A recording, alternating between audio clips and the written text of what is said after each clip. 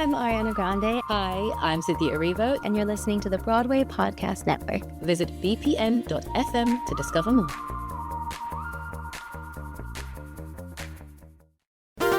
There's a cat over here. There's a cat over there. And the wrong one died. And the wrong one died.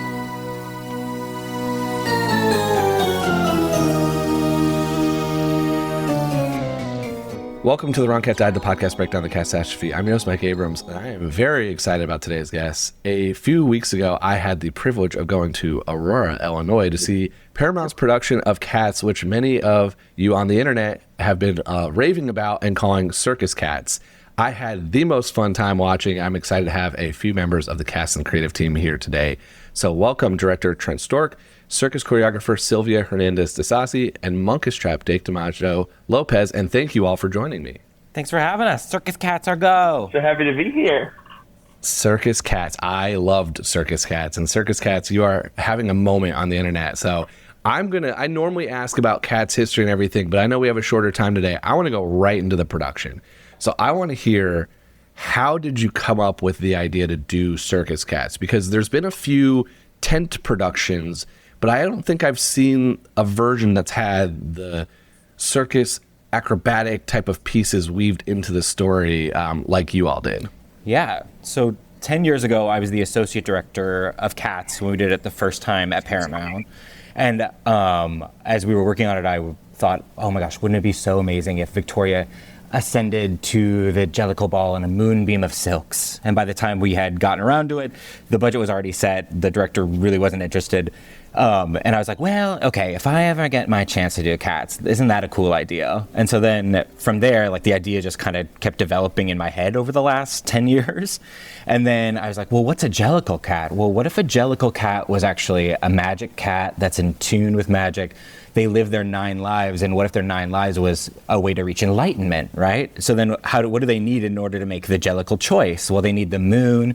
They also need Old Deuteronomy to be there. And then I think they need the audience. They need the audience's vibe, their attention, their energy going towards us, channeled through Old Deuteronomy into the Jellicle moon in order to make the Jellicle choice.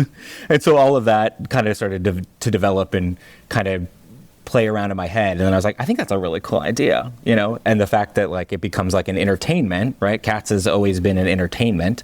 And so they're entertaining the audience in order to get their magic channels juiced up to the moon in order to make the Jellicle choice, which they can only do once a year. And it's only once a year that they're able to get reincarnated, right? And every Jellicle's goal is to be reincarnated 9 times on their path toward enlightenment. Yeah. So I mean, again, it's brilliant. It fits the story so well.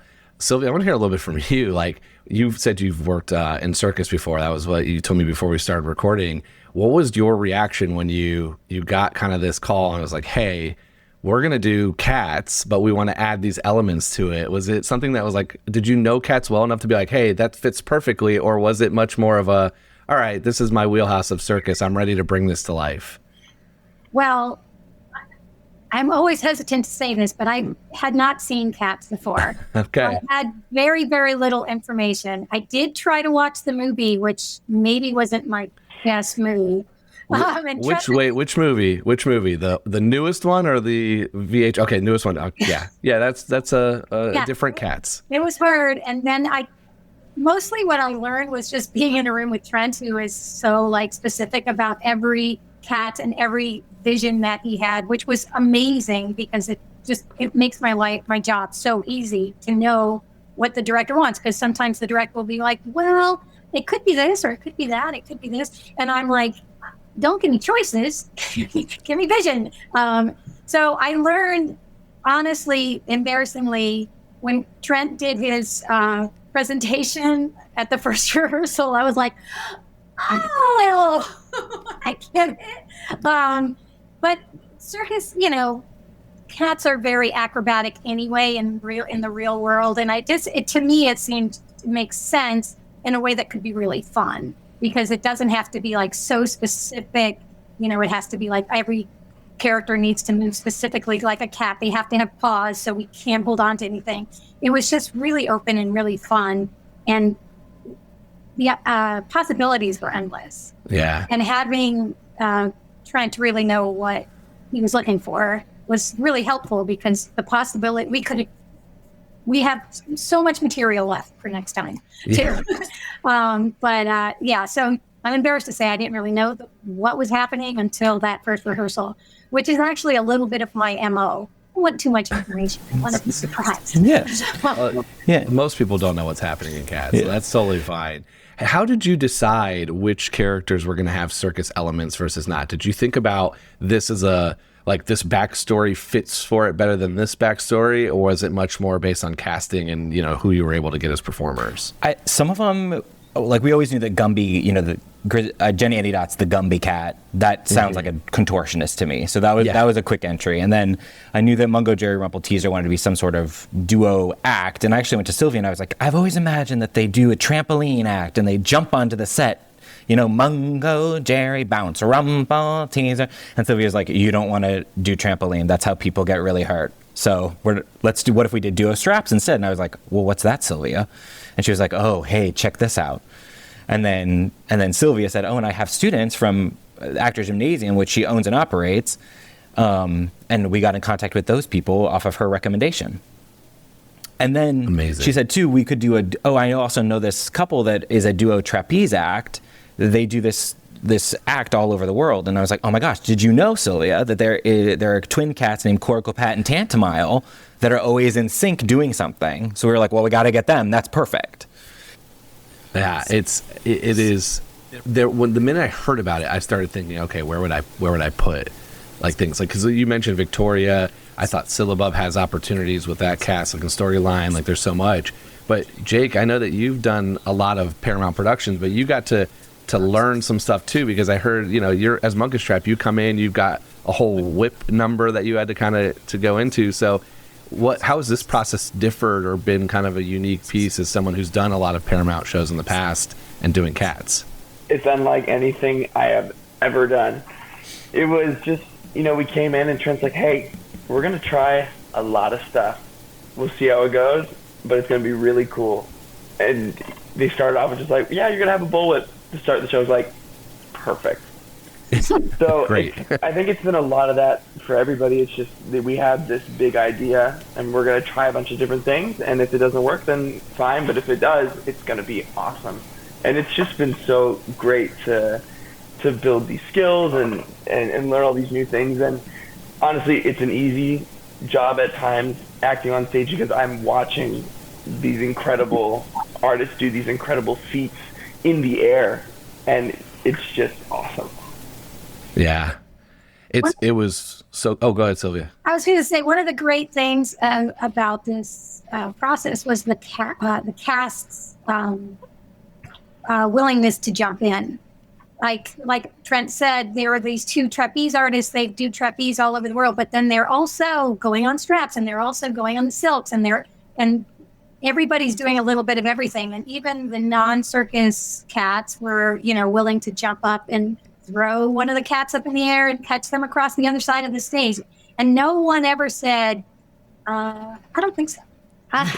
So everybody was game, and it just made a world of difference. And everybody integrated in a way that it doesn't look like, oh, those are the circus cats and these are the cats. It looks, everybody is just super integrated, which is really exciting as a circus choreographer to be able to pull from a little bit from everyone. Yeah, and I did notice too, it's like, as I was saying before we started recording, I know the show not from a choreography standpoint or from anything else, but I know exactly when these things are going to happen, because I know the plot, I know the characters really well. And I was waiting, and I noticed too, I'm like, oh, everyone's in the ball still. Even the people that have been doing aerial and acrobatic stuff are also now dancing and singing and doing all these things. So it was cool to see kind of everyone kind of pull together, because that's the story, is it's a family. They're all together. I have to ask one question though, that I spent a lot of time and probably way too much time, and I have a lot of opinions and thoughts on this. But when I opened the playbill, and I had a couple people send me this ahead of time, you all put the family tree in, and I have joked that I've been trying to figure out the family tree, but I can't get consensus on a lot of different things. So can you walk me through how you decided this family tree, and then also use that as a way to show who was playing what role? Yeah, sure thing. So that's I think it's always best when you have a cast, especially an ensemble cast, that you have everyone's relationships defined in some way.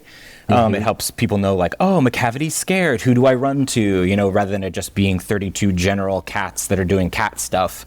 That we form a family and we form relationships, and we have, you know, sisters and brothers that are closer to us than our cousins. And I mean, like, as you know, you probably know, like in Cats lore, like Munkustrap, Rum Tum Tugger, and McCavity have always kind of been brothers, right? And McCavity has always been like the younger brother who was scorned and was trying to reach out. And Rum Tum Tugger became a rock star because he's the middle child, right? And Munkustrap is the oldest, most responsible of the three cats. So that's always kind of been like Cats lore, along with Bomb Ballerina and Demeter. And then with Bomb Ballerina and Demeter, I kind of thought, like, well, you know, why do they sing? It's 5A entry of Grisabella. You know, why do they sing that song? And why are they saying these things about her? And I don't know that, you know, they're just being the meanest of cats is deep enough. But I said, what if they were her daughters? And what if it was, since Grisabella is no longer part of this family and part of this circus, it's her leaving that has really hurt the circus, and it's hurt her daughter. She's abandoned her daughters as well as the rest of this circus and this family. So that song comes out of a place of hurt, in a place of longing to have their mother back, who's they're literally watching falling into a delirium in front of their eyes. And then making Jelly Lorum kind of one of the older cats. She gets a lot of solos. So if she and Grisabella were sisters, that made a lot of sense to me. That would give Jelly Lorum a lot of protector energy. She's kind of like HR in our circus. Yeah. She's like the mama cat that she takes care of everybody, and she's kind of one of the nicest of cats. So naturally, her son and daughter would be Skimble, Shanks, and Syllabub.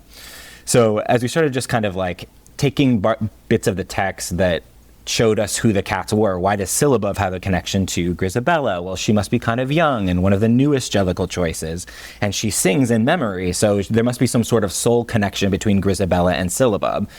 She's the one that touches Grisabella first. You know, she's one of the nicest of cats, so that kind of made that family of Jelly Lorum, Skimble, Shanks, and Syllabub start to make sense too. Yeah, and Grisabella. I did notice one thing is Old Deuteronomy is kind of the father of everybody, which I do agree with completely. But in this thing, and I'm looking at it right here, I've got second wife, I've got third wife, I've got ninth wife, I got fourth wife. There's no first wife.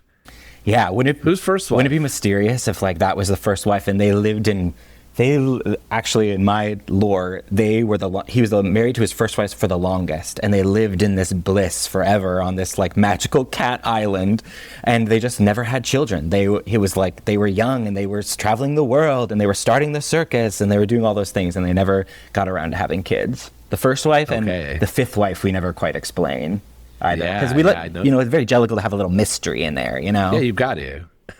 It is interesting because I've always used the Bomb Ballerina Demeter question of sisters, friends, or lovers. Those are the three answers that could be for that. And I've thrown it on social media many times because I get a different answer depending on what casts you ask or just in general in the fandom. And I usually get a 50-50 split. Like there's not a consensus. So I kind of love that you all took, this is the way we're playing this is the way we're going to go. And we're going to show you so you know some of those relationships a little bit more versus it being unspoken. So I'm going to post it if it's okay. I'm going to post it because I want the super fans to tell me what do you agree with, what do you disagree with, like what does that change anything? Because there's definitely a couple things that it never changes the story. Like that's the beauty of cats, but it could change the way reactions happen on stage between performers. So Jake, my questions for you is like, how familiar were you with this, and like how did this help kind of really understand a pretty ambiguous story otherwise? You know, it helped a lot. I had seen the tour that came through Chicago a couple years ago and in the more traditional junkyard style, and I could recognize like the big names like Tugger and Grisabella and Mr. Mistopheles, but I would lose track of who's who, and I really just wanted to try to understand like the hierarchy of the cats and who had more like power and who was kind of controlling the show. So when we got into rehearsals and started talking about the family tree, not only did that make the show make more sense to me, but it fleshed out the relationships of everybody. I mean, we all look to old Deuteronomy as soon as he enters into the show, and that guides us. And then my relationship with Tugger throughout the show as a brother has opened up, and we play around, and like when other things are going on, we're just like messing around like two brother cats would in the corner, like fighting or doing fun little stuff. And having McCavity as the third brother has that drama, and there's like it's family drama. Everybody loves family drama, and so I think it adds to that, as well as it made everything that we did more special, in the sense that we're helping each other, and it's our family that travels around and does the show every night. And so it's not, besides the fact that we're a troupe, it's like we're a family, and we like, all right, it's time. Everybody, the young ones got to learn. We're the experienced older cousins and brothers.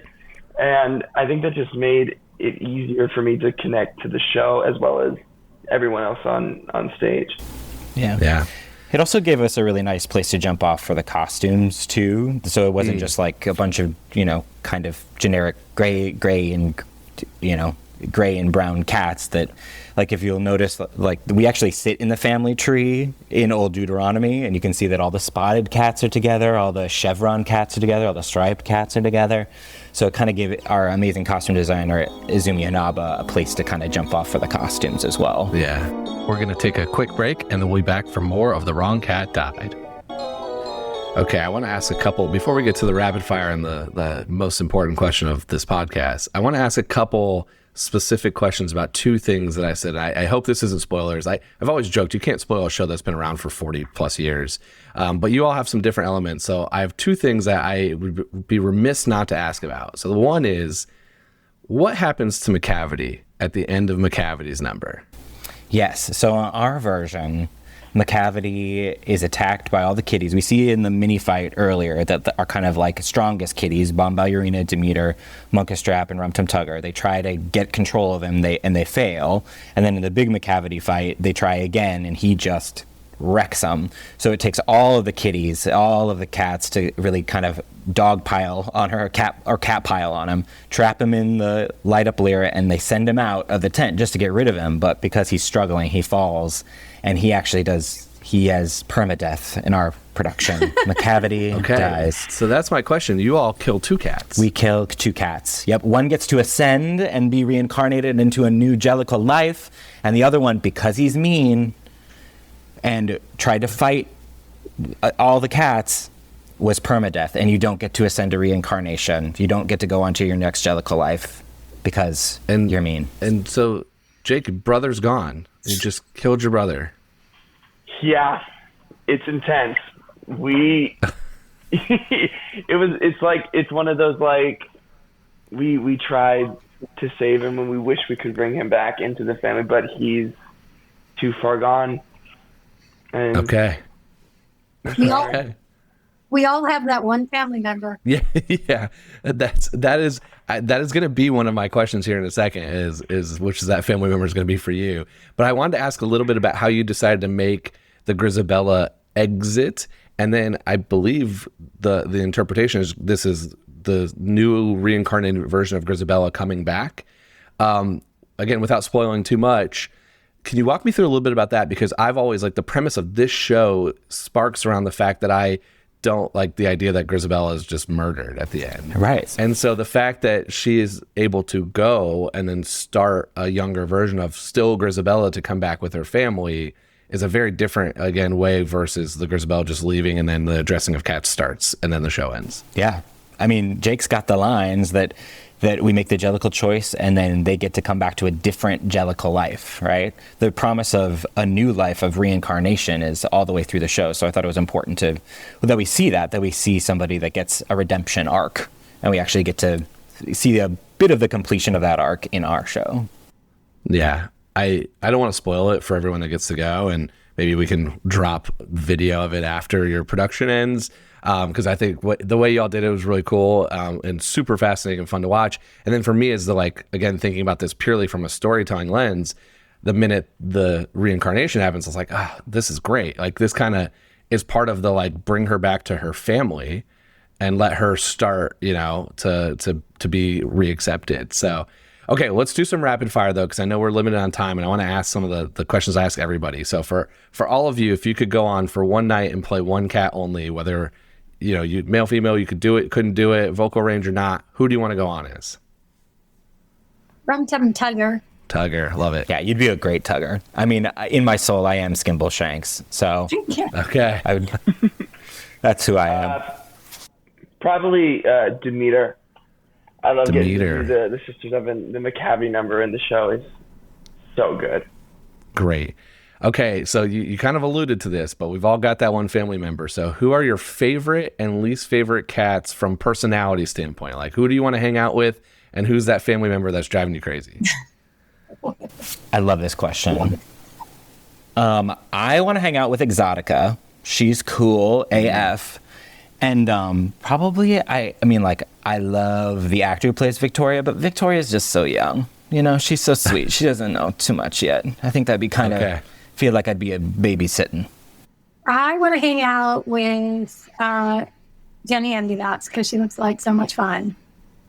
And who drives me crazy? Is that the other question? Who drives me crazy? I'll come back to you on that one. That's a hard one. I love them all.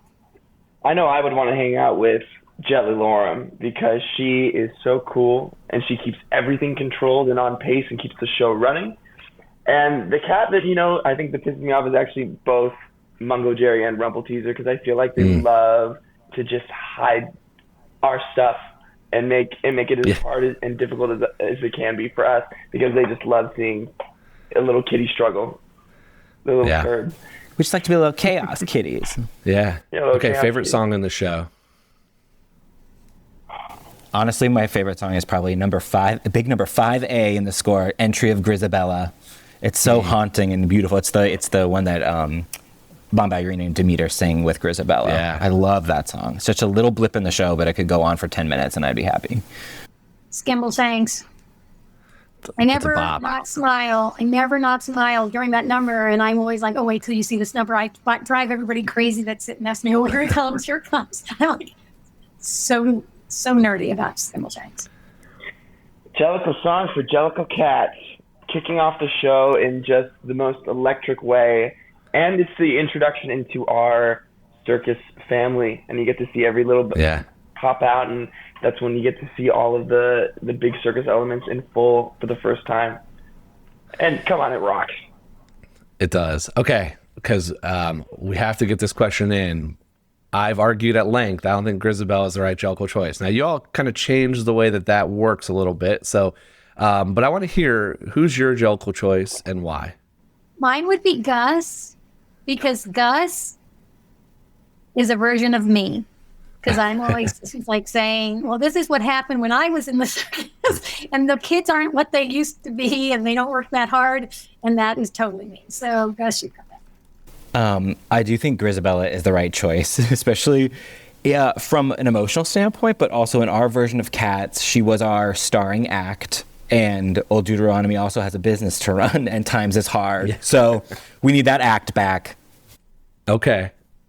I also wanted to say Gus because I feel like Gus is hurting more, but I can't deny Old Deuteronomy's wisdom. I think Grisabella is the right choice. It's meant to be. Okay. Yeah, I'm usually would argue with you at length on this whole thing, but I don't. But to your point, Trent, the fact that you're bringing your star back is like, my whole thing has been, she's being reaccepted into our family. Why are you making her go? Like, let her spend time with her family. But you are giving that opportunity. I did notice, though, is Gus not on the stage when Grisabella is going up? Because I was looking for Gus, because Gus is the most common non-Grisabella answer. And I'm like, where's Gus? Because Gus sometimes usually ushers Grisabella up. Yep. And I was like, Gus isn't there. Or Gus is Peter or whoever else they're playing at Buster Jones. Like, they're 8 different cats usually. Yeah, so in our version, I kind of wanted to center it more along the sisters, that we get a little, a more direct feeling of redemption and forgiveness, that they're the ones who kind of touch her last and send her up to the Heaviside layer. And in our version, Gus, in his number, he's trying to perform, and he falls ill. And we don't know what happens to Gus. But he's trying to make the show go on, but he can't. And so we kind of take him backstage and we just say the show must go on, and we don't get to see Gus again. So it seems like you're making 3 Jellicle choices. Yeah. You're taking out Gus, Cavity, and Grisabella here in this production, which is great for my story and argument. Thank you all for coming on and sharing about this production. I had an absolute blast opening night. The energy was amazing. I know it's still running, and when this is out, there'll still be a couple weeks left. I know a ton of people are talking about it, so if you have not gone to see it and you can get yourself to the Chicago area and to Aurora, please go. I'll link how to buy tickets. I'll link how to follow everything, because this was an incredibly fun production. So I appreciate y'all sharing some of your thoughts on it. Thanks for having us. Yes, thanks for having us. Thanks for having us. Amazing. Thanks for coming. Awesome. And thanks everyone else for listening to this episode of The Wrong Cat Died, the podcast breakdown of the Cat Sash Fee. To follow along, you can subscribe on Apple Podcasts, Spotify, or on the podcast. Follow us on social media at The Wrong Cat Died, or check our website, thewrongcatdied.com.